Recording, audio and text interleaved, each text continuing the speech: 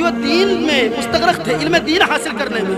اور آج کے نوجوان، آج کے کچھ بچے ایسے ہیں وہ دن بھر یہی تعلیم سیکھتے ہیں ایک دوسرے دوستوں سے کہ کس کے کھیت میں آلو ہے اس کو کھودا جائے، اس کو بھونا جائے۔ ہاں، یہ مسلمانوں کا طریقہ نہیں، ایسا ہو رہا ہے۔ لیکن الحمدللہ ہمارے گاؤں کے ایسے مسلمان نہیں ہیں۔ بہرحال آپ دیکھیں صوفی نظام الدین علیہ رحمت رضوان جب کھیت میں پہنچے ہیں تو ان کا کھیت نہیں تھا، اللہ اکبر، ایک پڑوسی کا تھا۔ کسی نے دیکھا اور بچے جو ہے دیکھا کہ وہ مٹر کھا رہے ہیں، ہاتھ میں بھی مٹر کے جو ہے دانے ہیں۔ انہوں نے پوچھا بیٹے کس کے کھیت سے کھا رہے ہو، کس کے گھر کے ہو؟ انہوں نے بتایا کہ میرے والد کا نام یہ ہے۔ کہا اچھا بیٹا یہ آپ کے والد کا کھیت نہیں ہے، یعنی یہ آپ کا کھیت نہیں ہے، آپ کسی دوسرے کھیت سے مٹر کھا رہے ہو اور اس کو اپنے منہ میں لیے ہوئے ہو۔ صوفی نظام الدین علیہ رحمت رضوان جب اس بات کو دیکھتے ہیں، اللہ اکبر، اس بات کو سنتے ہیں، اللہ اکبر، منہ میں مٹر کا دانہ پڑا ہوا ہے، ابھی حلق سے نیچے نہیں اترا ہے، فوراً رک جاتے ہیں اور رکنے کے بعد کہتے ہیں چچا جان یہ بتاؤ کس کا کھیت تھا، کس کا کھیت تھا، کس کا کھیت تھا، بتاؤ، ایڈریس دو، پتہ۔ یہ بولنے میں ڈسٹرب کیوں ہوتا ہے جب آپ باتیں کرتے ہیں؟ اگر میں اپنے باپ کی بات کرتا تو آپ شور کر سکتے تھے، لیکن جب میں بات کرتا ہوں تو پوری کائنات کے رسول کی بات کر رہا ہوں۔ جب بات رسول کی ہوتی تھی تو غوث اعظم کے مجمع سے کبھی چڑیا پر نہیں مارتی تھی، اور آج کا نوجوان رسول کی محفل میں پورا پیر مارتا ہوا۔ ادب با ادب آنسی بے ادب، جو رسول کی محفل میں ادب نہ سیکھے وہ پھر کہیں نہیں ادب سیکھ سکتا ہے۔ صوفی نظام الدین علیہ رحمت رضوان سے ان کے جو پڑوسی تھا اس نے کہا یہ فلاں صاحب کا ہے۔ صوفی نظام الدین علیہ رحمت رضوان ابھی حلق سے نیچے نہیں اتارے تھے اس دانے کو، کہتے اچھا فلاں صاحب کا ہے۔ ہاتھ میں اگلتے ہیں اس دانے کو اور جس کا کھیت تھا اس کے دروازے پر جاتے ہیں، سلام کر جو ہے دروازے پر جاتے ہیں، سلام پیش کرتے ہیں، اللہ اکبر۔ سلام پیش کرنے کے بعد وہ جو ہے صاحب خانہ پوچھتا ہے کیسے آنا ہوا بچے، کیا ضرورت ہے، کیا حاجت ہے؟ کہتے ہیں چچا جان مجھے معلوم نہیں تھا، انجانے میں میں نے آپ کے کھیت کا یہ مٹر کا چند دانہ میں نے کھانا چاہا لیکن میں کھا نہ سکا، کسی نے بتا دیا ہے میں آپ کی بارگاہ میں آیا ہوں، اے چچا جان مجھے معاف فرما دے۔ اللہ اکبر، وہ آدمی جب دیکھتا ہے سر سے پاؤں تک ان کو دیکھتا ہے اور کہنے پر مجبور ہو جاتا ہے یہ کوئی اور نہیں ہے بلکہ یہ اس کے عشق رسول میں پلنے والا کوئی نیک دل بچہ ہے، نیک دل بچہ ہے، نیک دل بچہ ہے جس کے دل میں شریعت مطہرہ ہے، خدا کا خوف ہے۔ بچے تب آج 8-9 سال کا جو ہے زمانہ گزر گیا ہے، 8-9 سال کا زمانہ گزر گیا ہے، لیکن اگیا شریف میں جاؤ علماء کرام کا قافلہ رہتا ہے، کہہ دو سبحان اللہ۔ اور ہماری اور آپ کی قبر پر مرنے کے بعد کتا پیشاب کرتا ہے، سبحان اللہ، کتا پیشاب کرتا ہے، غلاظت کرتا ہے، لوگ وہاں پیشاب کرتے ہیں، لید گوبر بکریوں کی آتی ہے۔ اللہ اکبر، اگر سچے پکے تم والدین کے، سب میں کہتا ہوں اپنے کو بھی کہتا ہوں، اگر ہم سب گاؤں کے ذمہ دار ہیں، اگر ہم وفادار ہوتے تو کہتے اللہ اکبر 15-20 سال کا زمانہ گزر گیا ہے، ہم اپنے جو ہے عمر والوں سے کہنا چاہتے ہیں، اپنے بڑوں سے کہنا چاہتے ہیں، ایک میٹنگ بیٹھاتے اور کہتے ہم سب سے پہلے اپنے جانے والے جو بھائی چلے گئے ہیں ان کی حفاظت کریں گے، تاکہ ان کی قبروں کی حفاظت کریں گے، تاکہ کوئی کتا ان کی قبر پر لید گوبر نہ کرے۔ اور ہم مسلمان ہیں، ہم جس طریقے سے زندوں کا احترام کرتے ہیں ویسے جانے کے بعد، مرنے کے بعد اپنے مردوں کا بھی احترام کرتے ہیں، لیکن کرتے ہیں۔ اتنے نوجوانوں کو دیکھا وہیں پر گانا سنتے مسلمان، یہی سنہن گاؤں کی، برا لگے تو میں آئینہ ہوں دکھاؤں گا داغ چہرے کے، جسے خراب لگے سامنے سے ہٹ جائے، کیونکہ میں تمہارا ٹکڑا نہیں کھاتا ہوں، اگر کھاتا ہوں تو آمینہ کے لال کا کھاتا ہوں۔ یہ سدھار پیدا کر لو گانا، جب جس کو قبرستان میں جانے کے بعد عبرت نہ حاصل ہو تو بتاؤ اور جگہ تو ڈاکہ ڈالے گا۔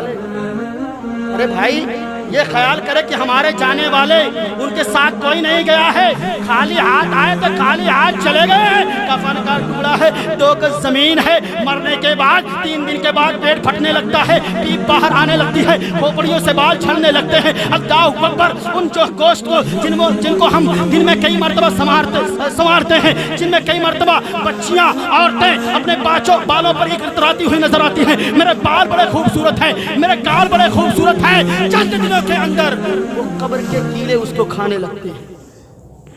اب آپ کہیں 2 بات امام صاحب، آپ یہ کہیں گے کون دیکھنے جاتا ہے؟